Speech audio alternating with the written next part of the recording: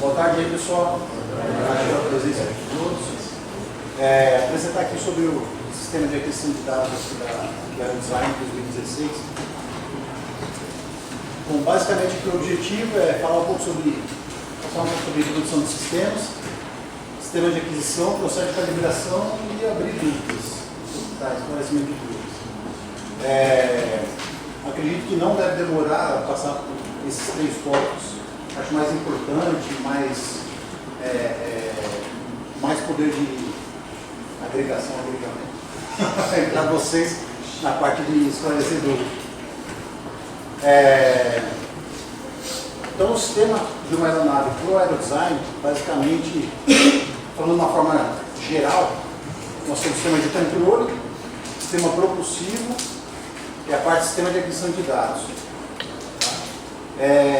O que é importante no projeto, do que a gente vê no relatório, o que a gente julga, é o quão o sistema foi pensado junto com a aeronave. A gente quer ver o sistema sendo parte do desenvolvimento de uma aeronave. Não simplesmente vai lá, projeta uma asa, projeta um trem de pouso, coloca uma carga lá e acha um espaçozinho para colocar carruagem, bateria, setor e tudo mais. Então, a gente quer ver um projeto coerente. Um sistema de controle propulsor, um projeto coerente para isso. O ano passado a gente viu algumas equipes trabalhando com requisitos, porém cometeram um erro, mas listaram requisitos no começo, porém não verificaram, validaram requisitos no final. Ou seja, de que adiantou trabalhar com requisito?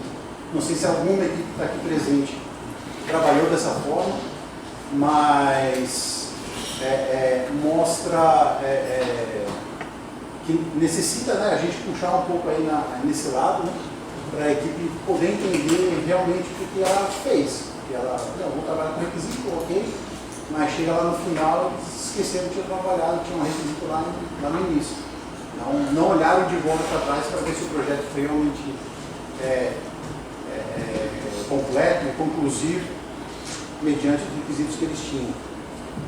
Fazer um dimensionamento adequado mediante a demanda da aeronave, um meio, ou seja, que tipo de carruagem está usando, que tipo de bateria que vocês estão usando e a fonte, né? Qual bateria você vai usar para você poder suprir toda a demanda e qual meio você vai utilizar, ou seja, da bateria, né, até o servomotor.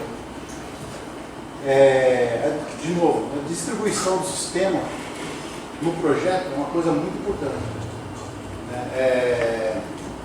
Foi falado no passado durante a inspeção de segurança, não só por mim, mas por todos os fiscais que nos ajudam lá, que a gente quer minimizar, a gente não quer ver mais tipo de sistemas jogados por lá, compartimento contendo cablagem, 1 metro de fio enrolado. A gente quer ver uma coisa pensada, a gente quer ver um raciocínio lógico de vocês.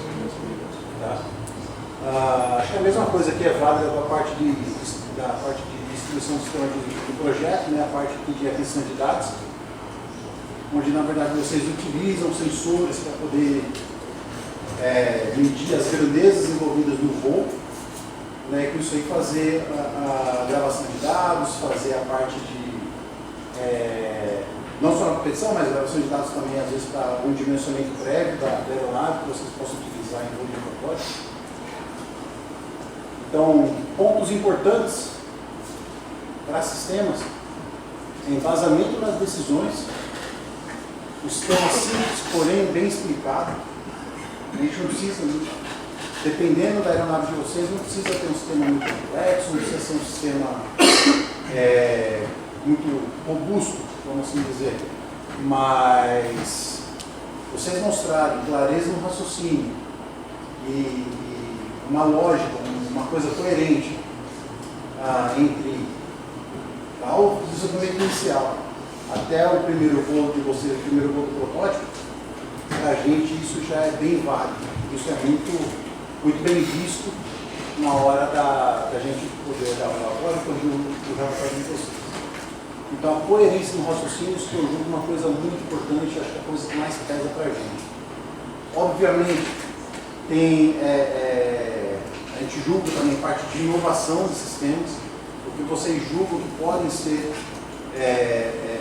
uma coisa diferencial da equipe, mostrem todo o raciocínio. Não só citem uma coisa ou outra, porque para a gente que vem de fora, analisa 60, 70 relatórios, é complicado. Então, mostre um raciocínio de uma forma otimizada, né? Otimizar uma apresentação, otimizar um relatório, otimizar a informação, uma parte importante também para a engenharia. Então, escrevam coerentemente o raciocínio de vocês e sempre pensando também na segurança. Como vocês vão dimensionar o sistema para que ele seja um sistema seguro, né? Realmente tudo numa aeronave é importante, asa, motor, mas o sistema também o sistema que faz controle de vocês dos três eixos, né? Longitudinal, lateral e direcional. Mostram que vocês, o sistema de vocês conseguem ser seguro mediante a conjunto de falhas, que vocês fazem análise de falha, mostrem. Algumas equipes citaram para mim no ano passado que eles fizeram análise, mas não mostraram nada. Então, foquem nisso, foquem em raciocínio coerente, foquem que vocês estão preocupados com a segurança, porque assim, acho que não é uma preocupação só nossa da comissão, mas também de todo mundo que participa, né? E acho que para sistemas acaba sendo esses pontos mais importantes aí que a gente acaba julgando no desenvolvimento do projeto. Vou chamar o Álvaro, ele vai falar sobre a arquitetura básica do sistema de aeronave remotamente controlado. Bom, boa tarde a todos. A gente estruturou, na verdade, a gente teve um grande problema de saber o que apresentar para vocês nessa parte de sistema de aquisição, porque até hoje, todos os relatórios que a gente avaliou, eles estão muito simples. Principalmente porque eu acho que as equipes deixam um pouco de lado a parte elétrica e preferem gastar palavras com as outras disciplinas. Agora, a gente mudando a estrutura de relatório, vocês estão com, acho que 10.500 palavras, né? Antes de 2.000, eu acho, para as outras duas, para mim, que fica regular, então vocês não têm mais essa desculpa. Só que para a gente ficou ruim também, porque a gente não sabia qual que era realmente a dificuldade de vocês. Então eu vou apresentar aqui bem rápido uma arquitetura que a gente considera básica e vou, na verdade, deixar a maior parte da apresentação para vocês tirarem dúvidas, justamente para a gente ter o feedback do que é que está faltando para vocês ou onde gera a maior dúvida. Aqui a parte, aqui é só um exemplo de uma aeronave remotamente pilotada. Volto a dizer, assim como os outros palestrantes falaram, isso aqui não é um guia, tá? Isso aqui não é um checklist. Se alguém vier com uma figura exatamente igual a essa no relatório, vai ter problema. Então, isso daqui é só para exemplificar mais ou menos o que a gente vai abordar agora. Aqui, então, seria a parte de processamento no meio, os atuadores para a superfície de comando, o receptor, que no caso do aerodesign, a pessoa pilota remotamente, então teria um receptor mandando toda a parte de guiamento para o atuador direto, caso seja necessário. A aquisição de dados, também para a parte de guiamento e controle, e opcionalmente um data link.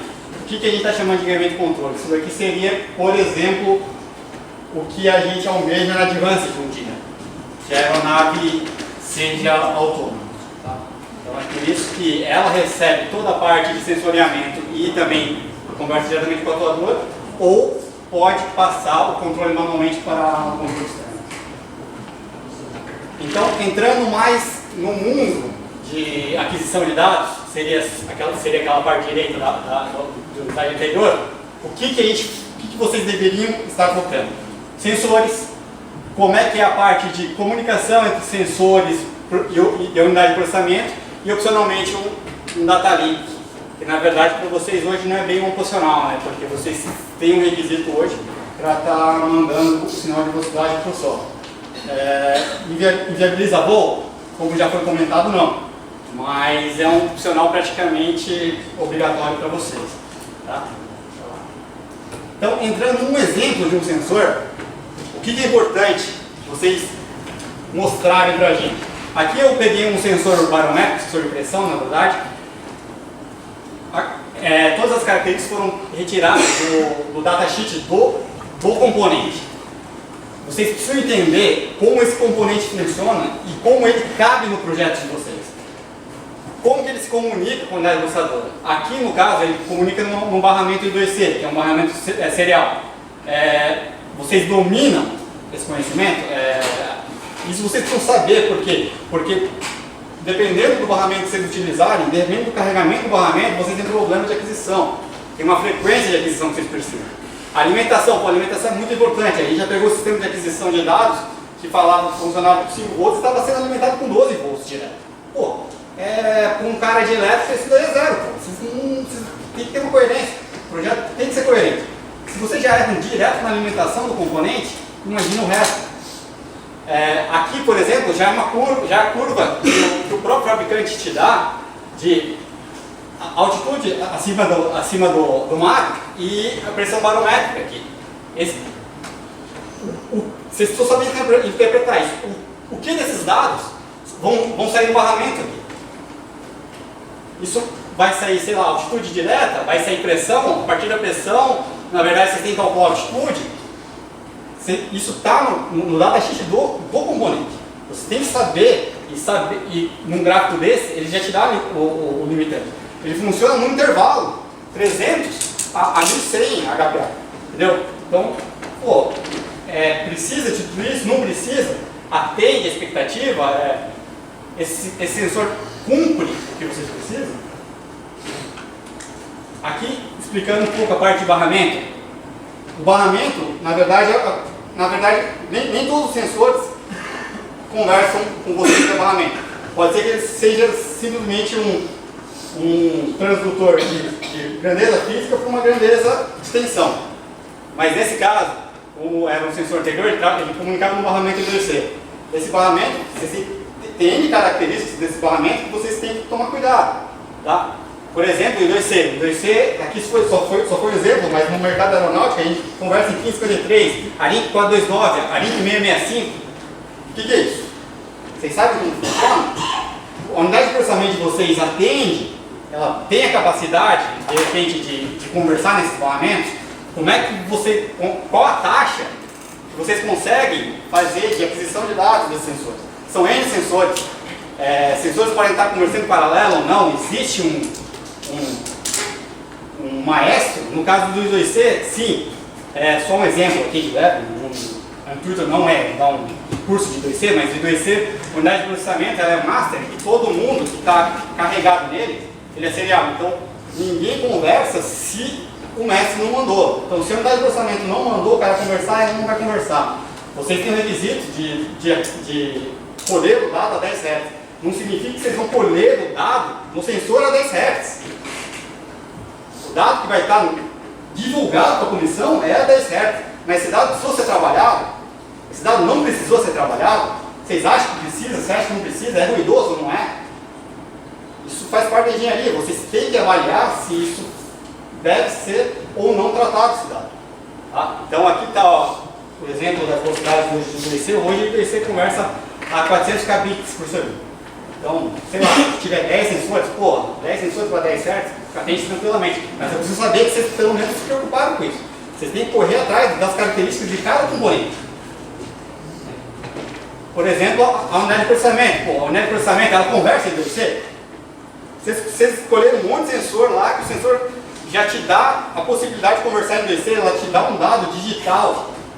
A unidade de processamento de vocês atende? A unidade de processamento que vocês desenvolveram, ela tem entrada em I2C?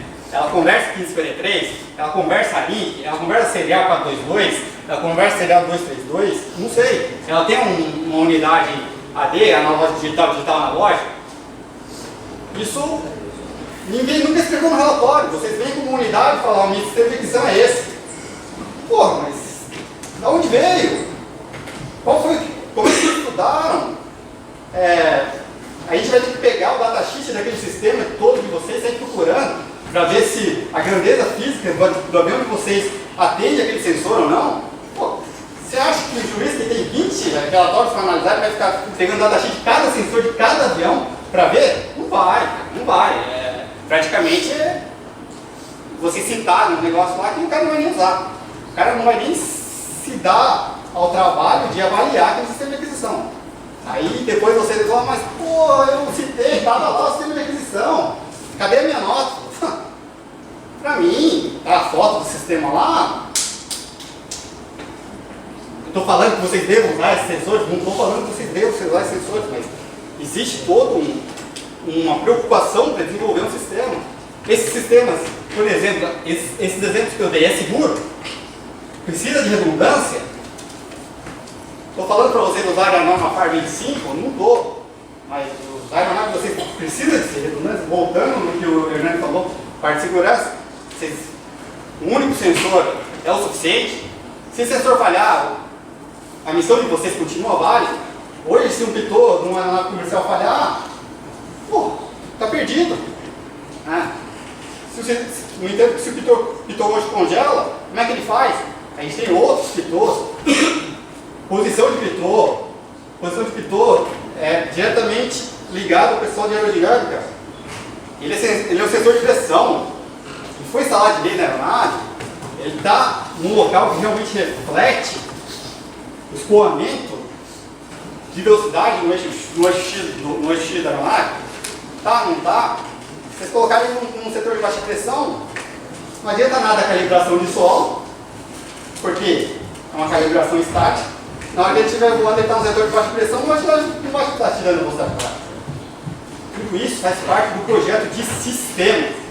É isso que a gente está falando. Isso não é um projeto elétrico, é um projeto sistêmico.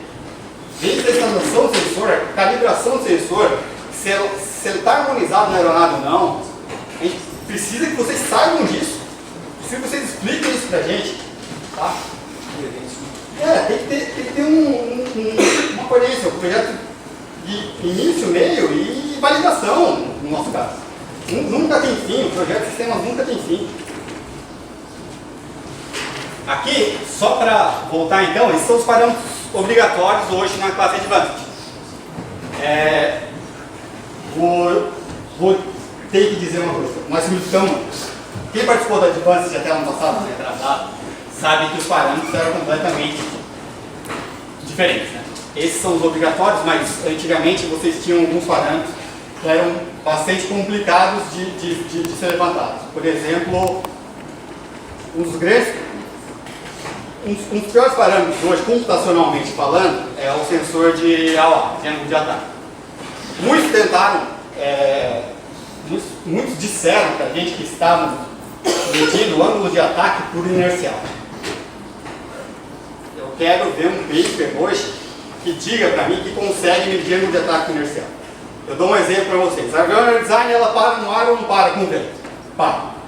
A aeronave está parada no vento, ela está voando, a aeronave está voando. Ela tem velocidade no eixo X inercial? Não tem. Ela tem velocidade no eixo Y e no eixo Z inercial? Não tem. Então é zero. Se é zero, qual é o ângulo de ataque de velocidade em zero? Em 3 eixos, elas são zero. Qual é o ângulo de ataque? Ângulo de ataque, pessoal, não é a atitude da aeronave. Vamos falar do aerodinamicista. O que é ângulo de ataque? É alfa da equação, pô. Vocês precisam saber escoamento do vento para saber ângulo de ataque. Como é que vocês tiram por inercial? Um ângulo de ataque?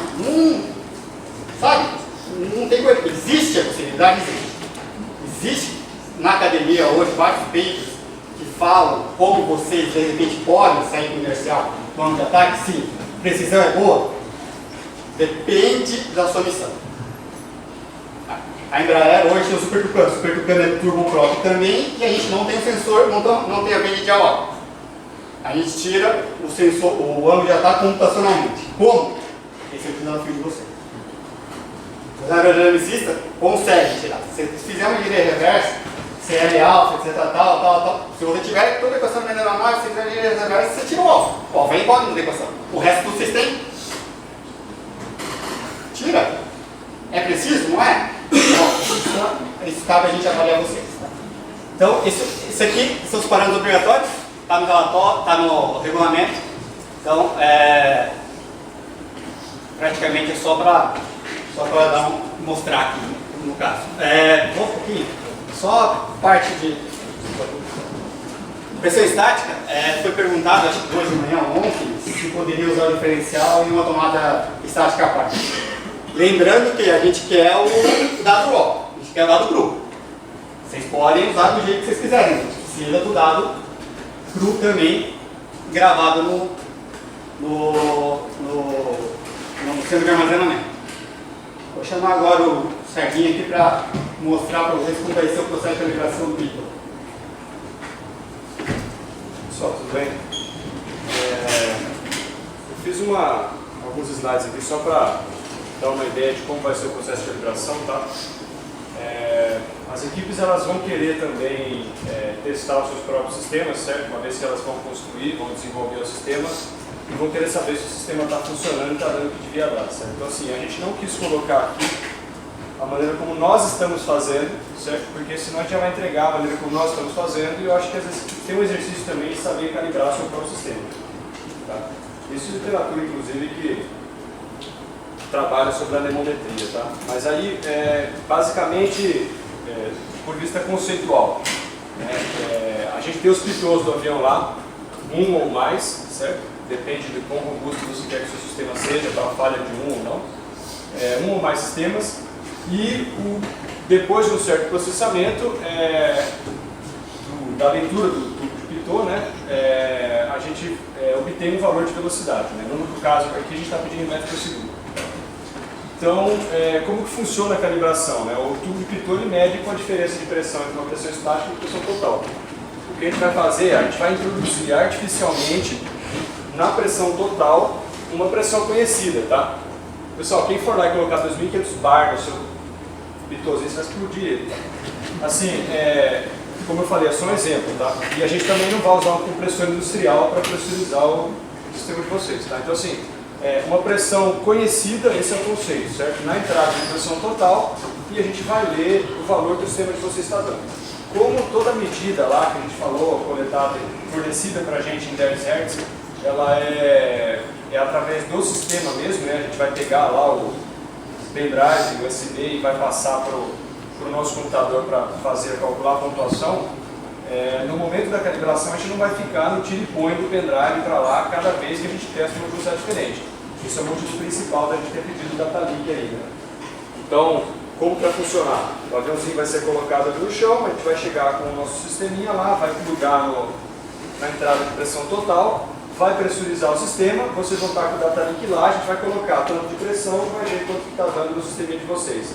Aí põe mais um pouquinho de pressão e vê quanto está dando e traça a curva de calibração, certo? Então como funciona? Né? A pressão total, ela é conhecida porque a gente vai aplicar ela artificialmente e a gente vai ter a medição da pressão. A pressão estática também é conhecida porque ela é aberta para a atmosfera e a gente tem a nossa estação de momento calado. A diferença entre as duas, pressão estática e total, é a pressão dinâmica, certo? E a gente consegue, através da pressão dinâmica, converter isso para velocidade, certo? Que vai ser comparada com o sistema mnemométrico do avião. Se a aeronave tiver mais de um pitô, como no desenho que eu coloquei no slide anterior, certo? A mesma pressão é aplicada nos dois.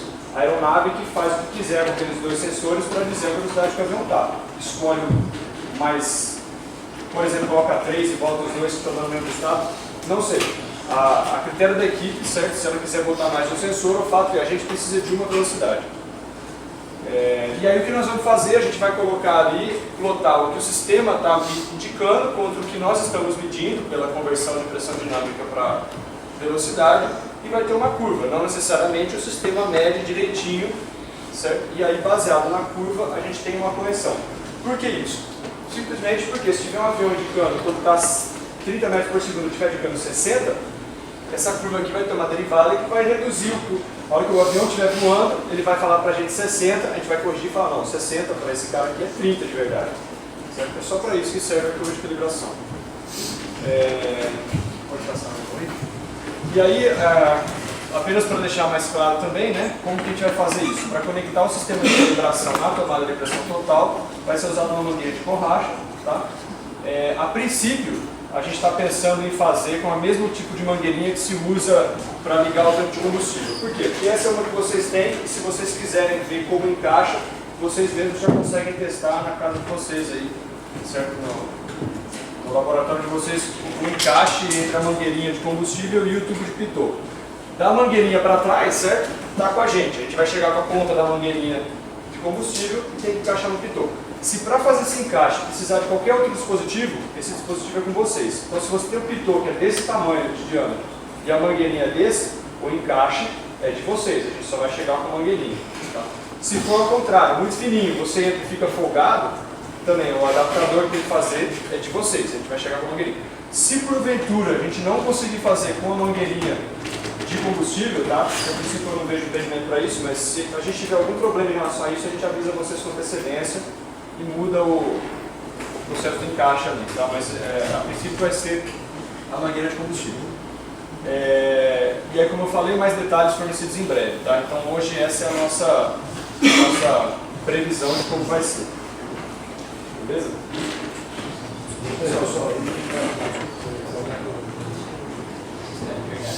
Ah, não, desculpa, tem mais um slide, né? Ah, acho que entra depois, né? Tá, então beleza, pessoal, olha só. É o seguinte, aqui eu trouxe o pendrive, tem mais um slide.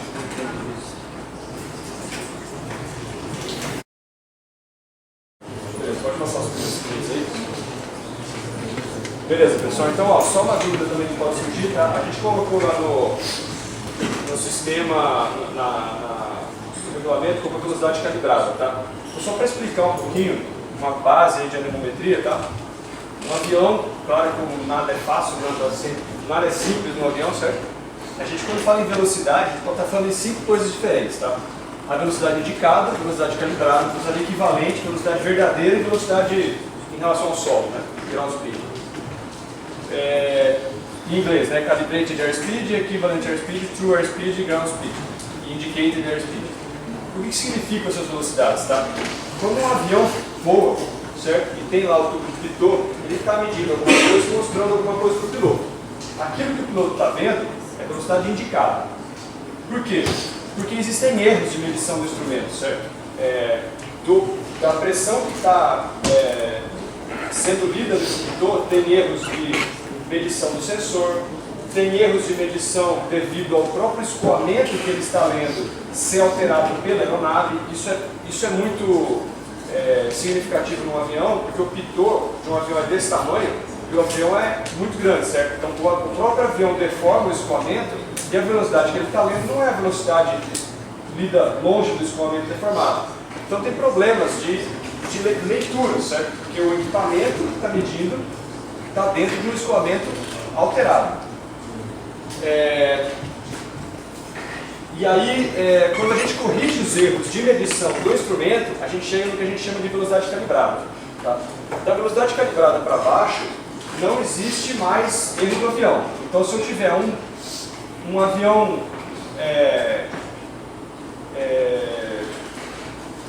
qualquer voando, de um certo fabricante aí, voando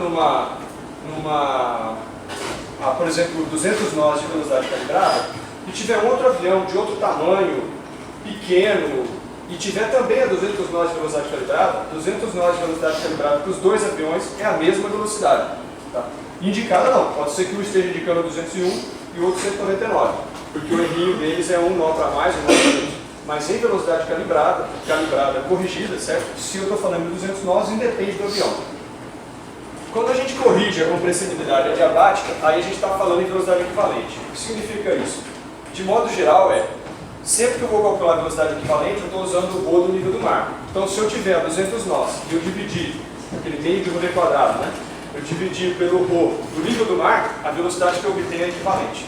Então, qual que é a diferença da calibrada para equivalente? É a correção da equivalente para verdadeira, que é a correção da densidade. Se eu estiver voando a 10 mil pés, certo? Um avião, estou voando a 10 mil pés e eu calculo, leio a pressão dinâmica do avião, certo? E divido pelo rho do nível do mar. O que eu vou obter? Equivalente. Se eu divido pelo rho da altitude que eu estou voando, aí eu tenho velocidade verdadeira. Tá? Então, assim, a correção de equivalente para velocidade verdadeira é a densidade do ar. E a correção de velocidade verdadeira para ground speed é o vento. Então, quando eu quero saber quanto tempo um avião leva para chegar do ponto A ao ponto B, o avião mediu a velocidade indicada eu corrijo a indicação, aí eu tenho velocidade calibrada, aí eu corrijo a compressibilidade, eu tenho a equivalente, aí eu corrijo a densidade do ar, aí eu tenho a velocidade true, e aí eu tenho a ground speed quando eu corrijo o vento, tá? O avião na verdade não faz isso, certo? Hoje você tem o GPS que mede direto essa. Tá? O GPS não sabe qual é a velocidade do vento, mas ele sabe qual é a velocidade que o avião está andando. Então assim, a gente tem como ler essa pelo GPS, certo? E aquela ali pela instrumentação anemométrica. Então, pode passar mais um ali. Então o que acontece? Aquele primeiro que eu marquei que está aqui em amarelo, ele depende do avião. Tá? Agora da azul para baixo, só depende da atmosfera e da velocidade que eu estou voando. Além disso, essas duas aqui, calibrada e equivalente, elas são praticamente iguais em baixa altitude. Tá? Se você calcular a velocidade, a diferença de compressibilidade da calibrada equivalente para baixa velocidade e para baixa altitude, por exemplo, entre nível do mar e 10 mil pés, não varia nenhum nó, tá? Porque é meio metro por segundo, mais ou menos. Então o que acontece? O erro entre essas duas velocidades aqui é praticamente a mesma. Então, só para tranquilizar, que um pequeno erro de densidade na hora que a gente está fazendo a calibração do sistema anemométrico de classe aberta, dá um erro pequeno, tá, de velocidade. Tá? Isso é errado assim, de 0 nível do mar para 10 mil pés. Dá um erro da ordem de meio metro por segundo. Pode passar mais um. E além disso, o que a gente está considerando para efeitos do aerodesign? Para efeitos do aerodesign, a gente pode considerar que essas três velocidades são iguais. Por quê? Porque o erro de indicação ele vai ser pequeno, tá? Porque o avião ele é pequeno, o pitot do aeromodelo ele é desse tamanho, o pitot do avião de verdade é um pouquinho maior e o avião é muito maior, certo? Então assim, o erro de indicação não vai ser tão grande quanto um erro de um outro avião, que já é pequeno, né? E além disso, normalmente, tá? É muito comum o erro de calibração, o erro de indicação ali, né, do avião, ele levar a velocidade para menos. Então, como a intenção da equipe medir a velocidade direitinho para obter o valor certo, quanto mais ela medir longe do escoamento deformado, melhor para ela. Então, a gente pode considerar aqui como todas iguais. E como eu falei, né, da calibrada equivalente, São José dos Campos está a 2 mil pés, não é um problema a gente medir, considerar essas duas iguais, o erro é expressivo. E em relação às outras duas, certo? Elas não vão ser usadas para efeito de pontuação. A gente vai usar parâmetros de GPS apenas para verificar e cross-checar os dados, né? Porque se você tiver um parâmetro de GPS marcando que o avião está a 30 metros por segundo e tiver um anemométrico marcando que ele está a 60 metros por segundo, isso significa que você tem um vento de 100 km por hora, certo? E não tem um vento de 100 km por hora. Então, assim, a gente vai usar apenas como cross-check, mas o que vai usar para cálculo de pontuação é a parte de cima, tá? Então, é só uma pequena ilustração, né, de como a gente tem quais são as velocidades que a gente usa em cálculos aeronáuticos na indústria, tá? Então, quando a gente fala em velocidade calibrada, que é o que está no nosso regulamento, a gente está falando dessa daqui. Ou seja, nós estamos desprezando que existe um erro de indicação do sistema, certo? E quando a gente for fazer a conta, se a gente for usar o nível do mar por simplificação, a gente está desprezando a correção de compressibilidade, porque a velocidade é baixa e a altitude está muito próxima do nível do mar. No nível do mar sem vento, todas essas velocidades são iguais, tirando a indicação do avião, né? Todas essas azuis são iguais ao nível do mar na atmosfera padrão, 15 graus Celsius, sem vento. Tá? Então é uma pequena explicação aí só para isso saber. Isso aqui, ó, só pessoal, é um exemplo, tá? Do vídeo pitot e a mangueirinha de combustível, tá? Um exemplo do vídeo pitot, ele entra interferência suficiente para a gente não ter vazamento, tá? Então a nossa ideia hoje é fazer isso daqui, tá? Vai chegar uma mangueira de combustível, vocês vão ter outro vídeo pitot, certo? Do vídeo pitot, nesse caso aqui, ele tem a tomada total na frente, a tomada estática do lado, certo? Claro que a gente não vai cobrir até cobrir as duas, né? Senão a gente não tem a pressão estática dele.